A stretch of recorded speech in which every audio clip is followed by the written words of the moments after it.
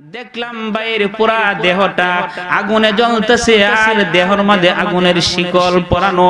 আমি হাত বাড়ায়া বাইরের সহযোগিতার জন্য হাতটা যখন বাড়াইলাম শিকলটাকে সরানোর জন্য, সরানোর সাথে সাথে আমি হাত নেওয়ার সাথে সাথে আমার হাতের আঙ্গুল পুড়ে গেছে।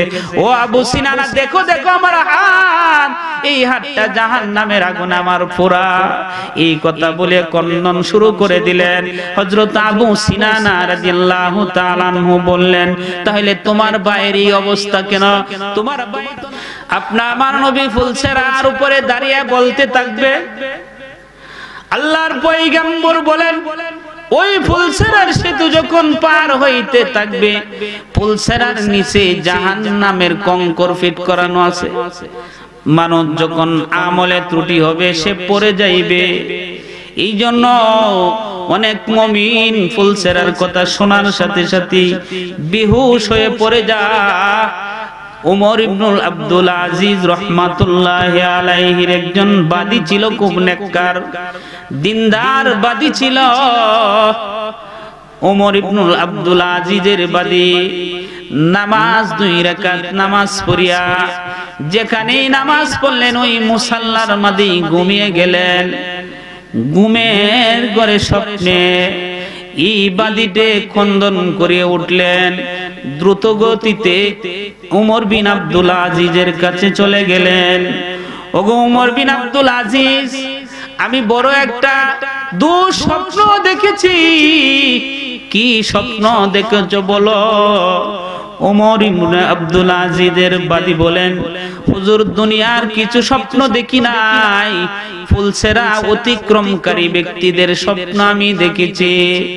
আমি সর্বপ্রথম ফুলসেরা স্বপ্ন দেখলাম যে ওলীদ এই ফুলসেরা পার হইতেছিল, কিন্তু কিছু দূর যাওয়ার পরে ওলীদ এই ফুসটকায়া ফুলসেরার নিচ থেকে পড়ে গেল।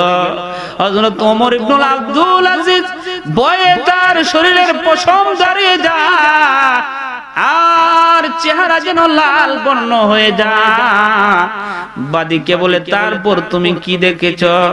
বলে, তারপর দেখেছি মুগীরাকে আনা ওলীদের পরে আরেকজনকে আনা হলো, ওলীদ ইবনে মুগীরাকে আনা হলো। সেও কিছু দূর যাওয়ার সাথে সাথে ফুসটকায়া পড়ে যায়। ওমর বিন আব্দুল আজিজ বলে, তারপর কাকে দেখেছো? তারপরে দেখেছি আপনি ওই ফুলসেরার সেতুর উপরে উঠলেন। বলার সাথে সাথে ওমর ইবনে আব্দুল আজিজের কথা বলার সাথে সাথে ওমর ইবনুল আব্দুল আজিজ বেহুশ হয়ে পড়ে গেলেন। গলা কাটা মুরগির মতো যেন কান্না শুরু করে দিলেন। ওমর ইবনে আব্দুল আজিজের বাদী বলেন, ওগো আমার উস্তাদ, ওগো আমার মনিব, শুনেন আমার পুরা স্বপ্নের ঘটনাটা আপনি শুনেন। তারা দুইজন তো পড়ে গেছে, কিন্তু আপনি এই ফুলসেরার সেতুটা আপনি পার হয়ে গেছেন।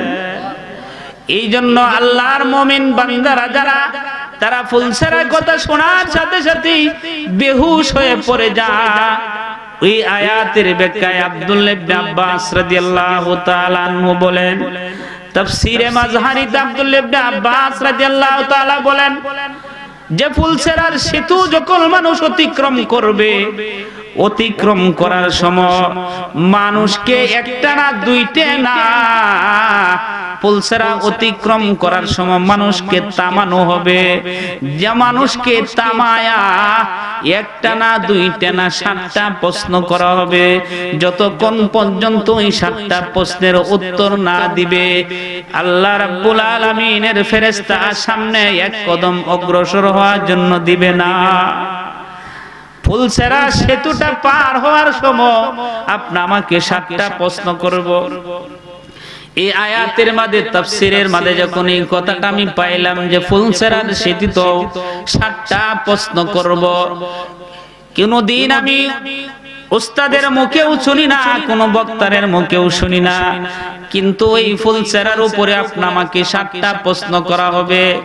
যখন এই আয়াতের ব্যাখ্যাটা পাইলাম যে ফুলসেরা 30,000 বছরের রাস্তা হবে, অমাবস্যার রাতের অন্ধকারের রজনী এমন অবস্থা পার হবে, নিচ দিয়ে জাহান্নামের আগুন থাকবে।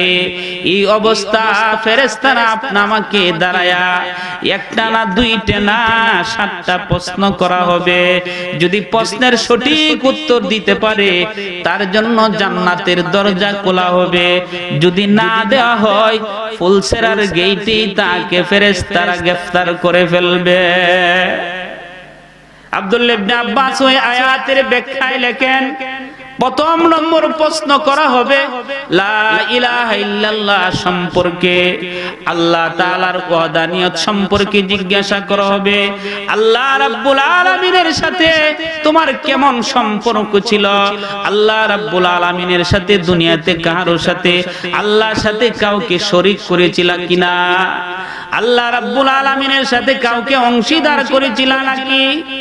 আল্লাহ রাব্বুল আলামিন সব গুনাহ মাফ করবে, কিন্তু আল্লাহর সাথে শরীক করা গুনাহকে আল্লাহ মাফ করবে না। এই জন্য আল্লাহ রাব্বুল আলামিনের সাথে শরীক করা যাবে না।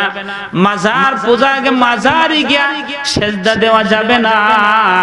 এই কপালটা একমাত্র আল্লাহর কুদরতি পায়ে সেজদা, অন্য মাজারে গিয়ে সেজদা দেওয়া যাবে না। 2 নম্বর, ওই যখন আল্লাহর ওয়াহদানিয়তের ব্যাপারে যখন সঠিকভাবে সে উত্তর দিতে পারবে তখন সে সামনের দিকে অগ্রসর হইতে থাকবে, ফুলসেরা সে পার হইতে থাকবে। আবার ফেরেশতারা তাকে থামাবে, আবার ফেরেশতারা থামায়া তাকে নামাজের সম্পর্কে জিজ্ঞাসা করা হবে। আল্লাহ রাব্বুল আলামিনের বিধান শরীয়তের সবচেয়ে উৎকৃষ্ট বিধান। শরীয়তের যত ফরজিয়তের বিধান আল্লাহ তাআলা দিয়েছেন, এই বিধানের মধ্যে শ্রেষ্ঠ বিধান হলো নামাজ। যদি বান্দা আল্লাহর সাথে সম্পর্ক কায়েম করতে চায় তাহলে নামাজ ছাড়া গতি নাই। এই জন্য নামাজের বিধানটা, আল্লাহর মারিফত যদি কোনো বান্দা হাসিল করতে চায়, যদি বলেন নামাজ ছাড়া মারিফত হাসিল করে, সেটা মারিফত না, সেটা শয়তানিয়ত। এই জন্য নামাজ আপনি আমাকে জিজ্ঞাসা করবেন, এই সেতুর উপরে নামাজের কথা জিজ্ঞাসা করা হবে। পুঙ্খান্ন ভাবে যদি আপনি নামাজ সঠিকভাবে পড়ে থাকেন, নামাজের গুরুত্ব দিয়ে যদি আপনি নামাজ পড়ে থাকেন, তাহলে আপনি সঠিকভাবে উত্তর দিয়ে দিবেন। যদি সঠিকভাবে উত্তর না দেন, নামাজ আপনি পড়েন না। সমাজের মধ্যে কত বেনামাজি আছে, কিন্তু মানুষ এই বেনামাজিকে ঘৃণা করে না। কিন্তু একটা মানুষ যদি জিনা করে, ওই মানুষটাকে মানুষ ঘৃণার চোখে দেখে। তাফসীর ইবনে কাসিরের মধ্যে হযরতে মূসা আলাইহিস সালাতু ওয়াস সালামের একটি ঘটনা আছে। হযরতে মূসা আলাইহিস সালাতু ওয়াস সালামের কাছে একজন মহিলা আসলেন, ডাক দিয়া বলো, ওগো পয়গম্বর, আমি বড় অপরাধ করে ফেলছি। আমি একটা সন্তান গর্ভে ধারণ করেছিলাম, যে সন্তানটা জিনার সন্তান ছিল। সন্তানটাকে আমি গর্ভে ধারণ করিয়া সন্তানটাকে আমি ভূমিষ্ঠ করার পর আমি আমার এই সন্তানটাকে নিজ হাতে হত্যা করে ফেললাম। কারণ এই সন্তান তো জিনার সন্তান। এই সন্তান বাবার পরিচয় নাই, এই সন্তানটা সমাজের মধ্যে কলঙ্কিত হবে। এই জন্য আমি এই সন্তানটাকে প্রসব করার পর নিজের হাতে সন্তানটাকে হত্যা করে ফেললাম। ওগো সরকার, ওগো মুসা, আমি আল্লাহ রাব্বুল আলামিনের কাছে তওবা করেছি, কিন্তু আপনার মাধ্যমে আল্লাহ তাআলার সাথে তো আপনার গভীর সম্পর্ক। আপনার মাধ্যমে আমি আমার তওবাটাকে আরো মজবুত করতে চাই। মূসা আলাইহিস সালাতু ওয়াস সালাম তো জালালি তবিয়তের নবী। এই কথা বলার সাথে সাথে মহিলাটাকে ঘর থেকে বের করে দিলেন। যা যা নারী, তুই তো গজব নাজিল হইব, তুই জাহান্নামী নারী, তুই বড় সর্বনাশ করে ফেলছস। অপরাধ তো তুই দুইটা করছস, এক হইল জিনা আর এক হইল নিজের হাতে সন্তান হত্যা করা। যা তুই ঘর থেকে বাহির হয়, না বাহির হইলে আসমান থেকে গজব নাজিল হইব। মহিলাটা চলে গেলেন।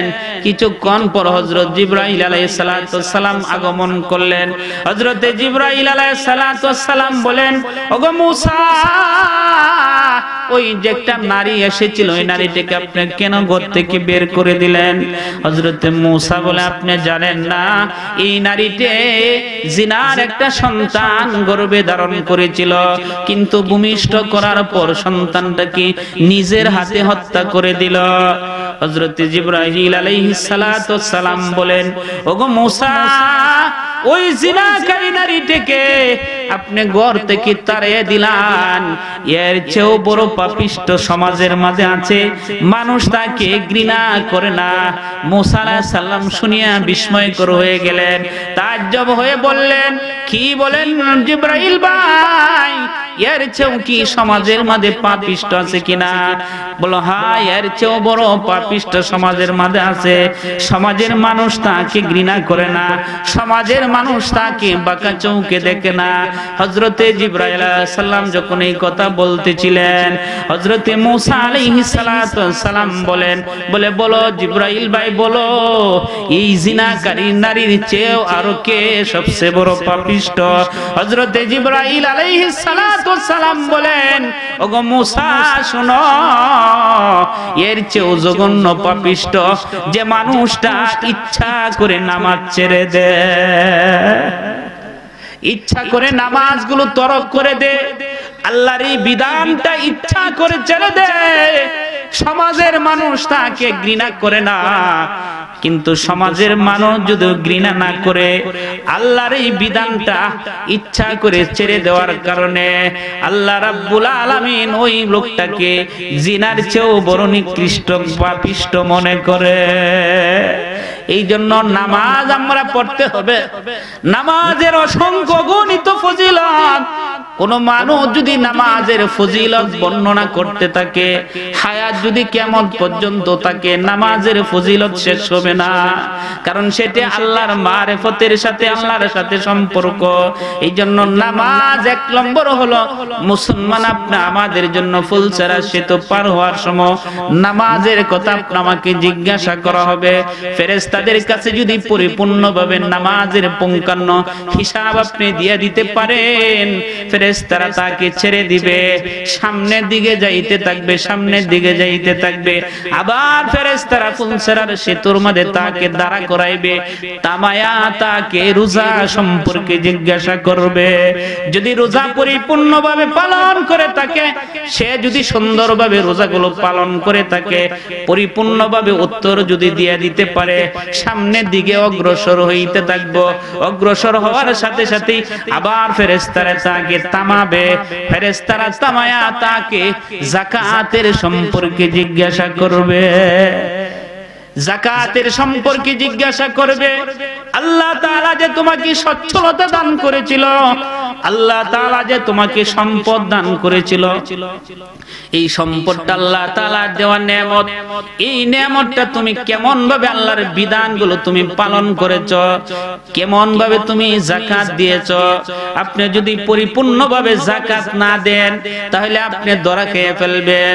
যদিও নামাজ পড়েন, তাহাজ্জুদ গুজার পড়েন, সকল কিছুই পড়েন, আল্লাহর এই বিধানটা যাকাতটা আপনি দিলেন না। আল্লাহর নবীর একজন সাহাবী ছিল, নাম ছিল আবু সিনান রাদিয়াল্লাহু তাআলা আনহু। আবু সিনান রাদিয়াল্লাহু তাআলা আনহু বলেন, হযরতে সুফিয়ান সাউরী রাদিয়াল্লাহু রাহমাতুল্লাহি আলাইহি আবু সিনানার বাড়িতে গেলেন। আবু সিনানা বলেন, চলো চলো, আমার প্রতিবেশী মারা গেছে, তার শোক পালন করে আসি। শোক পালন করতে যখন যা দেখে আবু সিনানা যার ভাই মারা গেছে, ভাই এমন ভাবে ক্রন্দন করিতেছে, মানুষ তাকে বোঝা কিন্তু ভাইয়ের কান্না বন্ধ করতে পারে না। ভাই জোরে জোরে রাত্রে জুড়ে 24 ঘন্টায় জোরে জোরে ক্রন্দন করে আর বলে, আমার ভাই জাহান্নামের আগুনে জ্বলতেছে, আমার ভাই জাহান্নামে জ্বলতেছে। আবু সিনানা রাদিয়াল্লাহু তাআলা আনহু বলে, তুমি কিভাবে জানো যে তোমার ভাই জাহান্নামে জ্বলতেছে? বলো, হ আমি জানি। আমার ভাইকে যখন দাফন করা হয়, দাফনের কাজ যখন সমাপ্তি করা হয়, সকল মানুষ যখন আসে যাইতেছে, আমি কিছু সময় ভাইয়ের কবরের পাশে দাঁড়িয়ে থাকলাম, কিন্তু কবর থেকে যেন ভাই আওয়াজ দিতেছে, আহ আমার কি কষ্ট রে, আমি না নামাজ পড়তাম, আমি না রাত্রে গভীর রজনীতে আল্লাহর কুদরতি পায়ে সেজদা করতাম। আমার ভাই যেমন আহ আহ করে কাঁদতেছে, আমি শুনতেছিলাম। আমার ভাইয়ের কান্না তো, ভাই তো রক্তের বাঁধন, ভাই আমার রক্তের সাথে সম্পর্ক। ভাই এমন ভাবে আহ আহ করে কাঁদতেছে, আমি আর সামনে দিকে যাইতে পারি না। ইমাম গাজ্জালি মুখাশাফাতুল কুলুবের মধ্যে আবু সিনানার ঘটনা আনছে।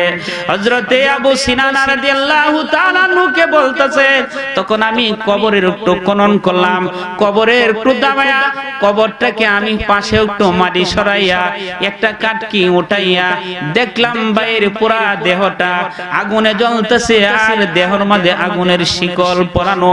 আমি হাত বাড়াইয়া ভাইয়ের সহযোগিতার জন্য হাতটা যখন বাড়াইলাম শিকলটাকে সরানোর জন্য, সরানোর সাথে সাথে আমি হাত নেওয়ার সাথে সাথে আমার হাতের আঙ্গুল পড়ে গেছে। ও আবু সিনানা, দেখো দেখো আমার হাত, এই হাতটা জাহান্নামের আগুন আমার পোড়া। এই কথা বলে কন্দন শুরু করে দিলেন। হযরত আবু সিনানা রাদিয়াল্লাহু তাআলা আনহু বললেন, তাহলে তোমার ভাইয়ের এই অবস্থা কেন? তোমার ভাই তো নামাজ পড়তো দেখতাম, তোমার ভাই তো খুব দিনদার ছিল। তখন সে বলেন, হে আবু সিনানা, আমার ভাই দিনদার ছিল, কিন্তু আমার ভাইকে আল্লাহ তাআলা সচ্ছলতা দান করেছিল, কিন্তু আমার ভাই সঠিক গণনা করিয়া করিয়া যাকাত দিত না। এই যাকাত না দেওয়ার কারণে আমার ভাই নামাজ পড়েছে, কিন্তু আল্লাহর আদালতে ধরা খেয়ে গেছে। এই জন্য আপনি আমাকে ফুলসেরা সেতু পার হওয়ার সময় আপনি আমাকে নামাজের কথা জিজ্ঞাসা করবে। এই জন্য বাবার হাতে ধরি পায়ে ধরি ভাই, নামাজগুলো যেন গুরুত্ব দেওয়া হয়। সচ্ছলতা থাকলে হিসাব করে কোনে যেন যাকাত দেওয়া হয়, কারণ সম্পদ রেখে যাইবেন, আর এই সম্পদের রেখে যায় যদি আপনি জাহান্নামে ভোগেন তাহলে আপনার কোনো ফায়দা নাই। এই জন্য সচ্ছলতা থাকলে পরিপূর্ণভাবে হিসাব করে করে যাকাত দিবেন। এই জন্য আল্লাহ নবীজি সরকারে দো আলম নবী বলেন, যাকাত যদি আপনি না দেন তাহলে কি পরিমাণ সাপ আর বিচ্ছু আপনার কবরে থাকবে। এই জন্য যাকাত গুলো যেন আমরা পরিপূর্ণ দেই। যাকাত আমরা দিতে চাই না, মনে করি যাকাত দিলে আমরা গরিব হয়ে যাব। না না না, যাকাত শব্দের অর্থ হলো বৃদ্ধি পাওয়া। যত যাকাত হিসাব করে দিবেন আল্লাহ তাআলা আপনার মালের মধ্যে বরকত দান করবে। এই জন্য যাকাতের কথা জিজ্ঞাসা করা হবে। যদি কোনো মানুষ যাকাত পরিপূর্ণ এই হিসাব দিতে পারে, তখন লোকটা সামনের দিকে অগ্রসর হইতে থাকবে। সামনের দিকে অগ্রসর হয়ে আবার ফেরেশতারা তাকে থামাবে, জিজ্ঞাসা করা হবে হজ সম্পর্কে, তাকে জিজ্ঞাসা করা হবে উমরা সম্পর্কে, জিজ্ঞাসা করা হবে আমি তোমাকে সচ্ছলতা দান করেছিলাম, তুমি কি আমার বাইতুল্লাহ জিয়ারত করেছিলা কি, আমার নবীর রওজা জিয়ারত করেছিলা কিনা। আল্লাহর পয়গম্বর বলেন, যাকে সচ্ছলতা দেওয়ার পরেও সে আমার রওজা জিয়ারত করলো না, সে ইহুদি হয়ে মরুক, নাসারা হয়ে মরুক, আমি নবীর কোনো আসে যায় না। এই জন্য আল্লাহ রাব্বুল আলামিন যাকে সচ্ছলতা দান করেছে তার হজ এবং উমরা করতে হবে। 7 নম্বর হযরত ইবনে আব্বাস রাদিয়াল্লাহু তাআলা আনহু বলেন, ফুলসেরা সেতু পার হওয়ার সময় 7 নম্বর প্রশ্ন করা হবে মানুষের হক সম্পর্কে, বান্দার হক সম্পর্কে জিজ্ঞাসা করা হবে। আমি আল্লাহ রাব্বুল আলামিন, আল্লাহর বিধান যদি আপনি না মানেন, নামাজ পড়লেন না, গুনাহ করলেন, মার্ডার করলেন, হাদিসে আসছে 99-100 মার্ডার করেও লোকটা জান্নাতে যায়, কিন্তু বান্দার যদি কোনো হক থাকে আল্লাহ তাআলা মাফ করবেন না। এই জন্য বান্দার হক আমরা সবচেয়ে বেশি হক টগাই। ওয়ারিসের মাঝে বইনের হক, ঠিক না, ওয়ারিসের মাঝে পারি না। অর্থের লোভে এমন হয় বোনকে হক থেকেও দূরে রাখে, আত্মীয়তাকে আমরা দূরে রাখতে চাই, বিচ্ছিন্ন করে দিতে চাই। কিন্তু আমি বড় হাজী সাহেব,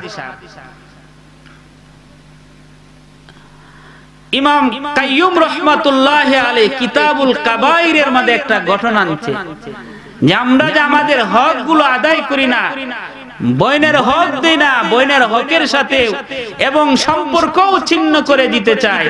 যদি ওয়ারিশ চায় তাহলে আমি আপনি সম্পর্কও ছিন্ন করি, আত্মীয়তা পরিচয় দিতে চাই না।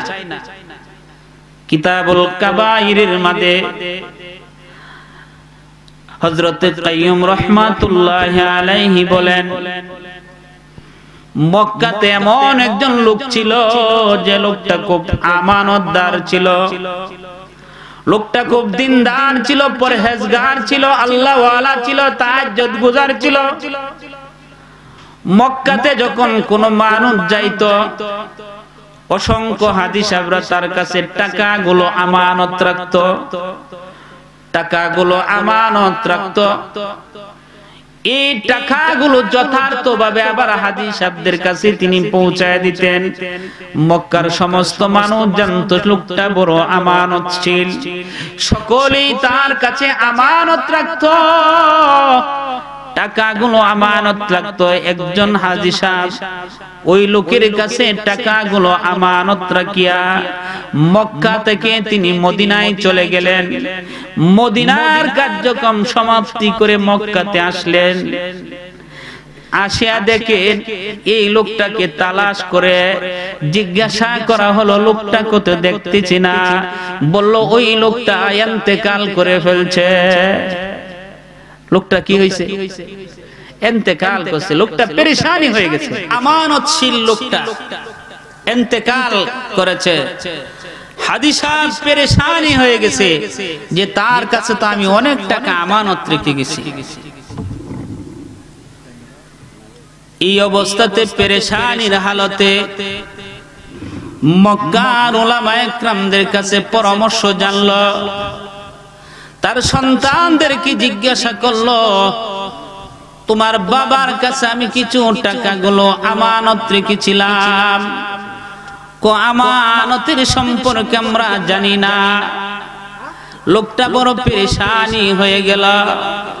এই পেরেশানির হালতে সাথে সাথে মক্কার উলামায়ে কেরামদের কাছে গেল।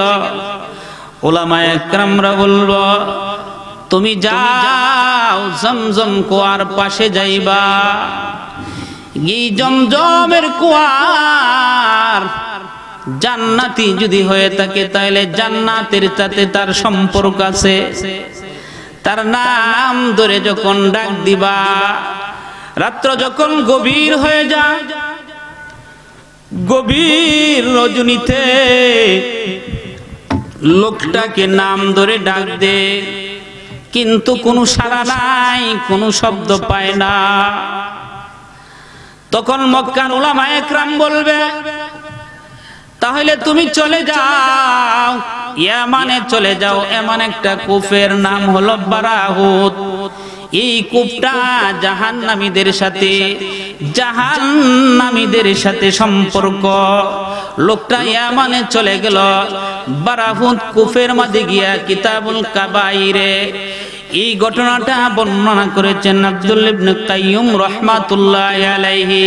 এই বারাহুত কুয়ার পাশে যখন ডাক দিলেন, তখন লোকটা সাড়া দিল, বলল, হ্যাঁ, তোমার টাকাগুলো আমার ঘরের দরওয়াজার মধ্যে পুঁতে রেখেছি, আমি আমার সন্তানদেরকে আমানতশীল মনে করি না। এই লোকটা হাজী সাহেব বলল, ঠিক আছে, আমার টাকাগুলো পাইলাম, কিন্তু আপনি তো বড় আমানত ছিলেন, কিন্তু আপনার অবস্থাটা এমন কেন? বলে, হ্যাঁ, দুনিয়াতে অনেক নেক কাজ করেছি, আমানতদার ছিলাম, কিন্তু বইনের অরিষ্ট গাইছি, বইনের সাথে আমি সম্পর্ক ছিন্ন করেছিলাম। এই জন্য ফুলসেরা সেতু পার হওয়ার সময় আপনি আমাকে 7 নম্বর প্রশ্ন করা হবে। বান্দার হক সম্পর্কে কোন মানুষ যদি পরিপূর্ণভাবে উত্তর দিয়ে তখন সে সেতু পার হয়ে যাবে। আল্লাহ রাব্বুল আলামিনের পক্ষ থেকে ঘোষণা হবে, ওই বান্দার আমলনামা দেখো কোনো নওয়াফেল আছে কিনা। যদি নওয়াফেল থাকে, ফরজের মধ্যে যদি কোনো ঘাটতি হয়ে যায়, সেই নফল দ্বারা পূর্ণ করে দাও। আল্লাহ রাব্বুল আলামিন তখন তাকে জান্নাতের দরজাগুলো উন্মুক্ত করে দিবে। এই জন্য আল্লাহ রাব্বুল আলামিন আপনি আমাকে ফুলছাড়া সেতু পার হওয়ার সময় একটা না দুইটা না 7টা প্রশ্ন করবে। এই জন্য আপনি আমি হায়াতের জিন্দেগিতে যেন আপনি আমার নেক দিয়ে সাজাই, আমল দিয়ে সাজাই। কারণ হায়াতের জিন্দেগি অল্প, এই অল্প জিন্দেগিতে যেন আমি আমার নেক দিয়ে সাজাই। এই যুবক ভাইরা, এই উলামা একরামদেরকে দাওয়াত করে আনার উদ্দেশ্য হলো তোমরা দিনদার হওয়া, আল্লাহওয়ালা হওয়া, আল্লাহর সাথে সম্পর্ক জোড়া। এই জন্য তোমরা যেন আল্লাহর সাথে সম্পর্ক জোড়াইতে পারো, আল্লাহ রাব্বুল আলামিনকে বেজার না করিয়া আল্লাহকে সন্তুষ্ট করার সর্বদাই চিন্তা ফিকির করবা। এই জন্য কোন মানুষ যদি আল্লাহ রাব্বুল আলামিনের সন্তুষ্টির ফিকির করে, তখন আল্লাহ তাআলা তার জন্য সমস্ত দরজাগুলো আসান করিয়া দেয়।